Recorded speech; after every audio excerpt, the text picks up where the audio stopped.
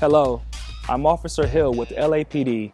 As a representative of the City of LA, it's incredibly important for me to be in touch and constantly communicate with the community, especially when it comes to challenges we are facing today, such as diversity, recruitment, and public safety. Today, we have Officer Renetia James and two community members here to discuss their experiences, what they've heard, seen, and what they want from their police department. We're expecting to tackle some important topics and hope that we can learn together and come away with a better understanding what needs to be done to make our city a better place.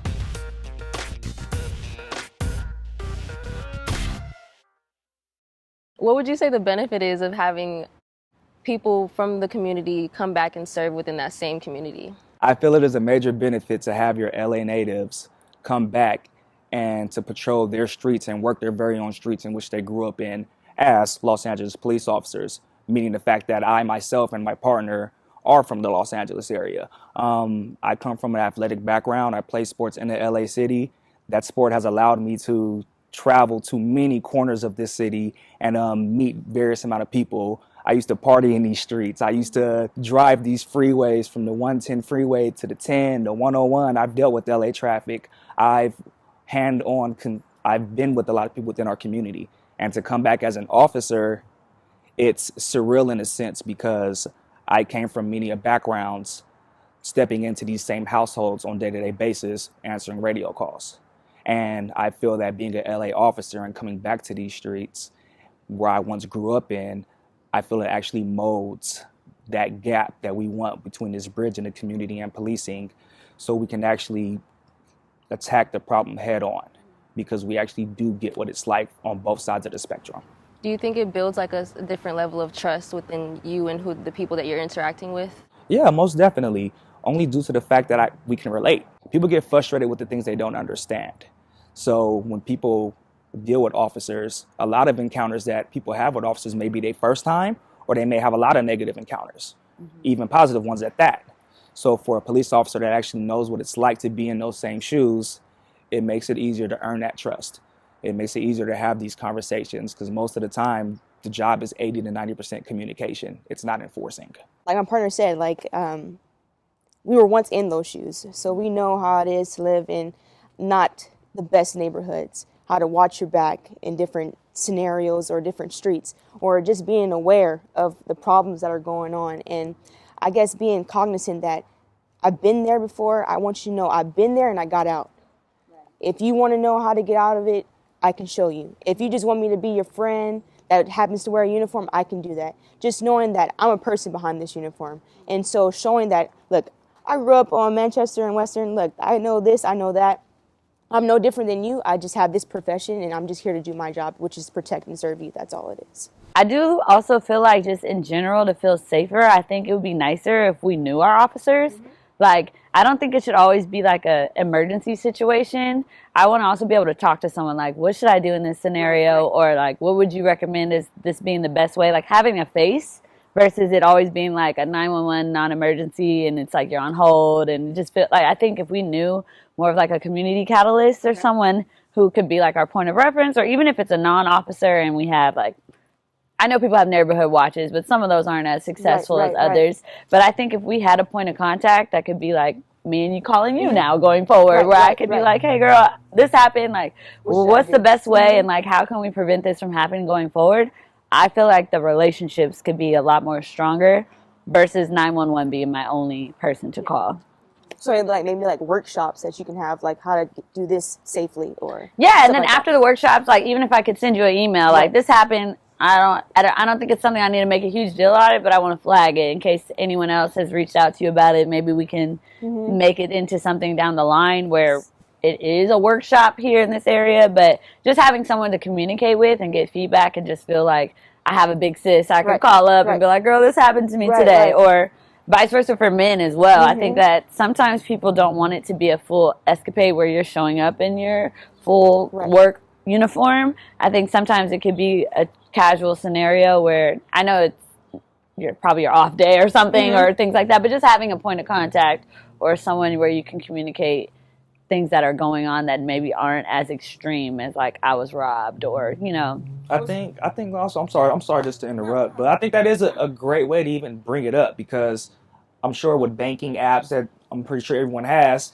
they have somewhere where you could do like a security chat. Right. Yes. There's somebody's job to specifically sit there Yes. and answer all of the questions you need. Right. So instead of, like you say, being put on hold for a non-emergency because all you want to do is just sync simple advice, Yeah. you should have somewhere where LAPD could possibly implement that and facilitate to where we can have an officer whose job is to specifically talk to any citizen that needs help, whether emergency or non-emergency. Now, of course, that conversation through the chat Yeah. is, a little bit we more might than, need to escalate this. we might need to send somebody But over. truthfully, yeah, there's times where it's like, that was weird, but it's like, do I need to call 911 about it? You just swallow it and keep it moving. So I think it could be nice. I mean, it might be a barrier for you guys or whoever's on the other end of that computer, like getting a lot of random miscellaneous conversations. But I think if we found a way to structure it properly, it's similar to like advice nurses with doctors.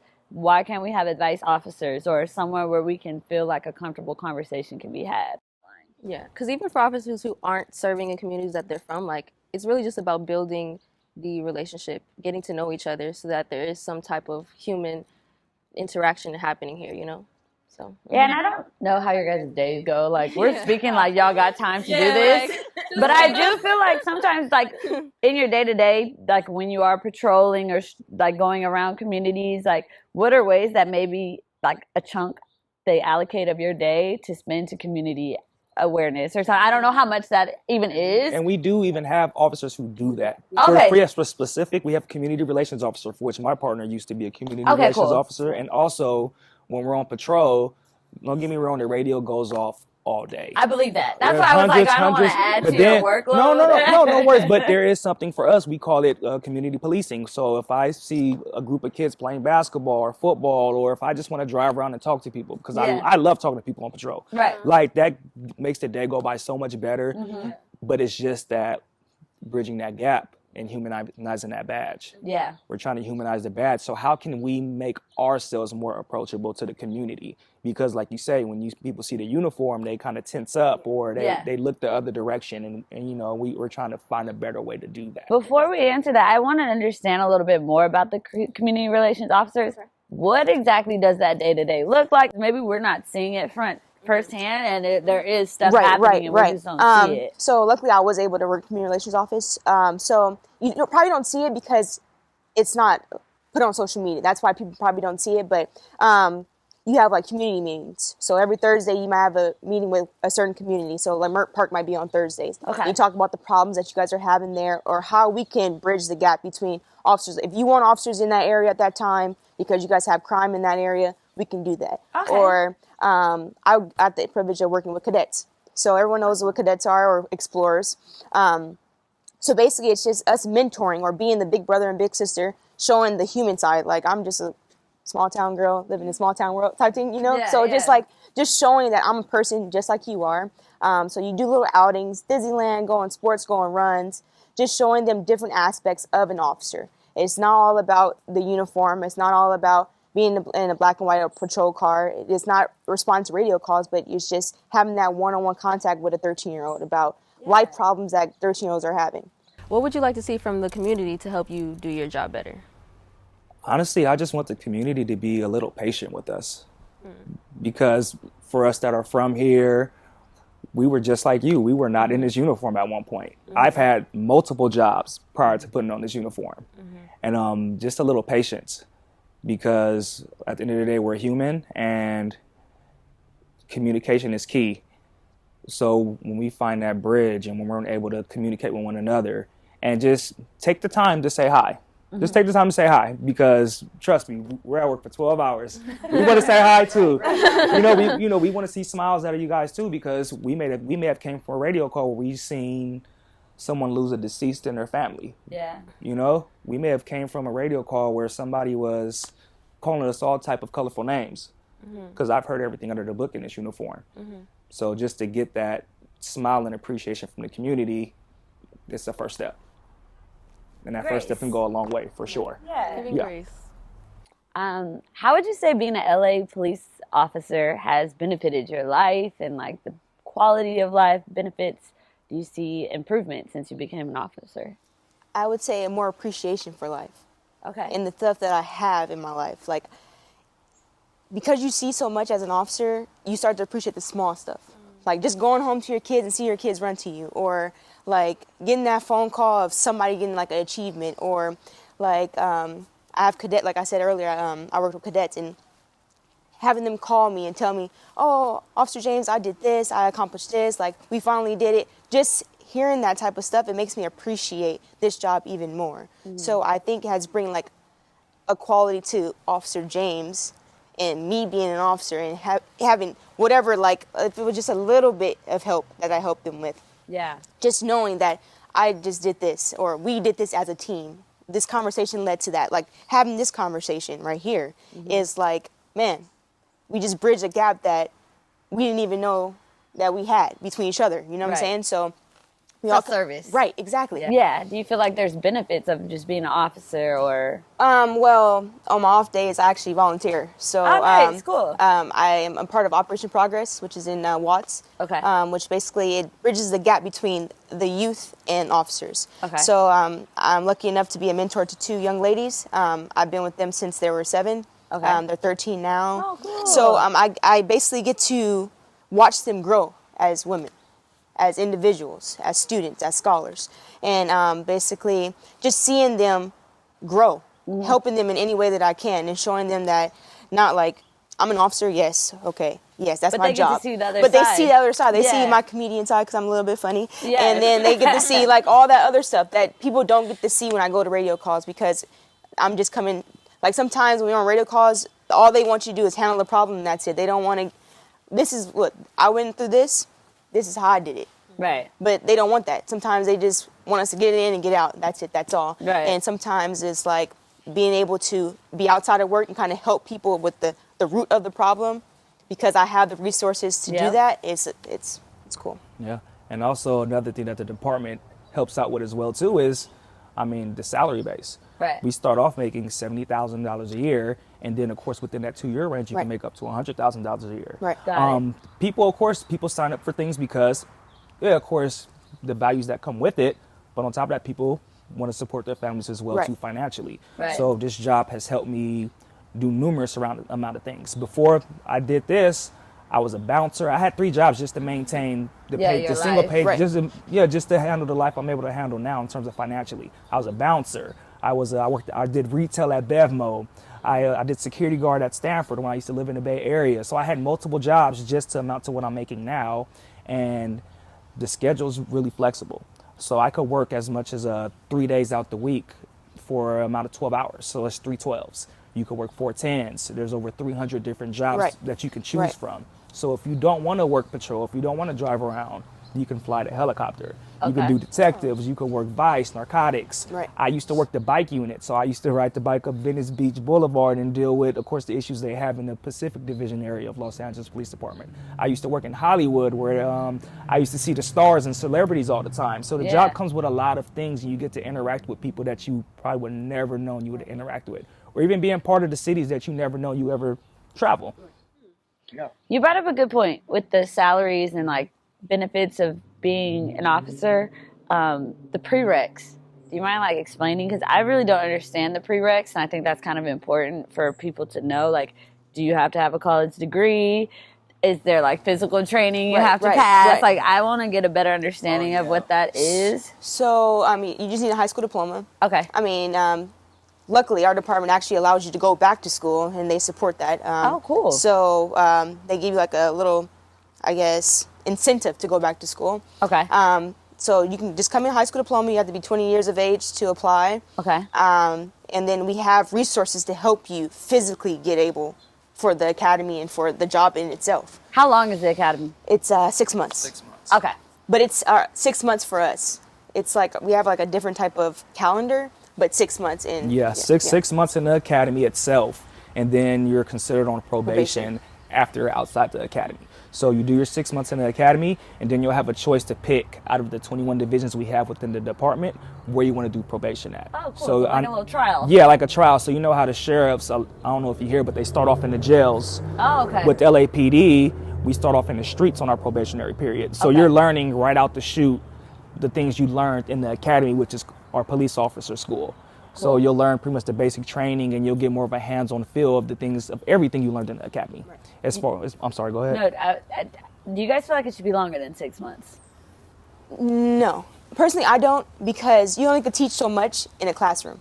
Correct. So, I mean, you can go through That's a valid point. PowerPoints, Yeah. you can go through this scenario, but until you hit those streets and you go out to a call and, like, you graduate on Friday, right?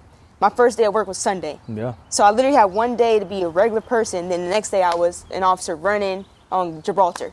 Okay. So it's just like, you know, you learn so much more when you do, like, the practical part. Yeah. So I would say no. I mean, we can always go to different trainings, which we do. We have Right. trainings like all the time while we're actually just in the field. Okay. So I would say no in that aspect, because you learn way more going Because the hands-on. learning doesn't stop. Right. So even though you're done with the academy and you're in these streets, we still have to self Right. yeah, we still have to self-educate ourselves Right. to the penal codes, because there are hundreds and thousands Right. of penal codes we need to learn. Yeah. The rules change every day. Right. Search and seizures change Right. every day. Right. Everything changes. So it's Right. I think it's being open to learning too. Yeah, you have to be because open. like somebody that's been on this job for 20 years has a certain amount of knowledge, but somebody with 5 years with the department has a certain amount of knowledge. So learning from each other. ladies, what will it take for you to apply for Los Angeles Police Department now that you've personally met officers? I think I would like more education on the types of roles that are available. I think similar to military, people immediately think like you're a frontline soldier, where there's admin, there's, cooks, and there's more to the full military system. I would want to know those other 21 or all those 21 departments that are available, so that I know I have options to still make a difference, but not necessarily have to be a patrol officer.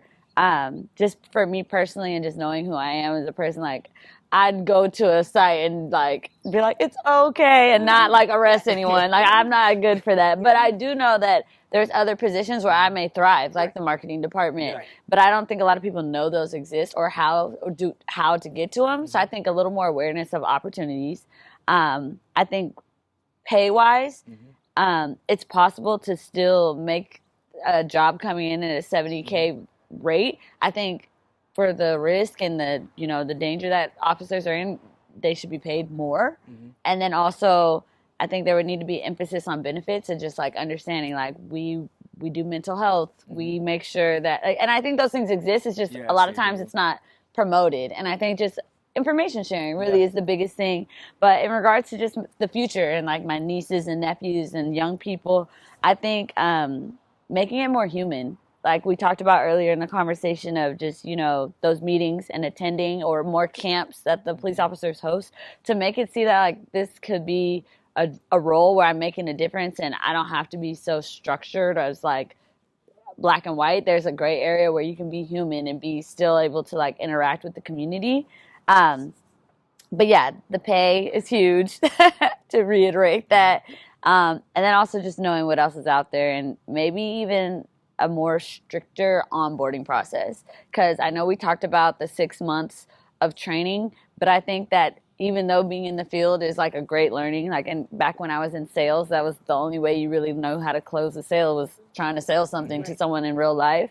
I think that there should be more conversations about the different neighborhoods and what things are specific to it in that. I don't know if that's even a thing right now, but with your academy, making sure that there's conversations about police brutality and what's happened in the past historically, to make sure people have an understanding of we're not playing that anymore. This is a very hard line. Not saying that doesn't happen now, but we don't know. So I would need that to be one of the pillars, almost even a part of the program structure, to know that my community is being thought of when people are onboarded, so that we don't have that confusion, and that it's just kind of a clear barrier of what happens once you get in the field. So I think the human part, and then just knowledge of what other roles exist, because I know they're there, it's just don't know them. Yeah, they're there. And like I said earlier, to touch on, you really don't know what you're getting into until you step into the department. Right. And you see the diversity, all of the different training we have to offer, all of the resources, medical, the dental. We have counselors, who are therapists that talk to officers when they go through something. We have a league that we pay for that allows us to have lawyers, attorneys when we're going through some type of family problems and, Right. legal custody issues with kids. We have all these different things, but we don't know until we get in here and reach out for it. Right. And I think a lot of jobs are that way, honestly. Right. Yeah. But I think since it is a public serving and because of the disconnect that's kind of happened between the communities, even for women, you're honestly my first Black female officer I've ever met.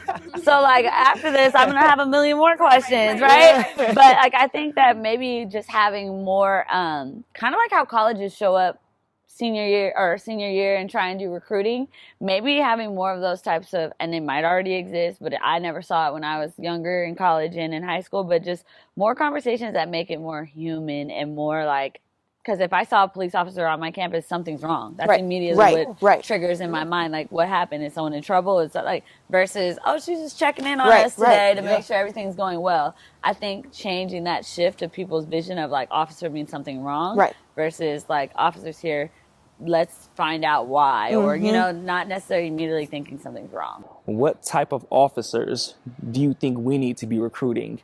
And if so, what are you looking for in terms of what these officers should have in terms of moral values or even characteristics? I feel like the dream person would be a coach, truthfully, because I feel like coaches have a way to communicate with people, to motivate them, to implement corrective behaviors. I think coaches, they have that knack for being able to motivate and encourage people while still change their path or trajectory in a better way. And so yeah, people with that type of mentality that want better but also know how to communicate it. Because I think there's times where there's problems and an officer will come and the way it's handled, that could have, after reviewing that could have been said in a way where that person left the situation feeling okay, I was wrong, or I did something maybe that could have been better, and they provided that insight. Whereas sometimes, I know the job is hard and can be difficult, but I feel like sometimes maybe that just one moment to just kind of trigger that, all right, let me approach this. My buzzword today is human, but either way, but I feel like they do a great job of making you feel like I can still be better after this accident happened or this mistake was made. So I immediately think of coaches. Those would be the best fit people that know how to mentor and manage up or manage down in different scenarios, I think are the best fit. I think for me, I think I would just want to see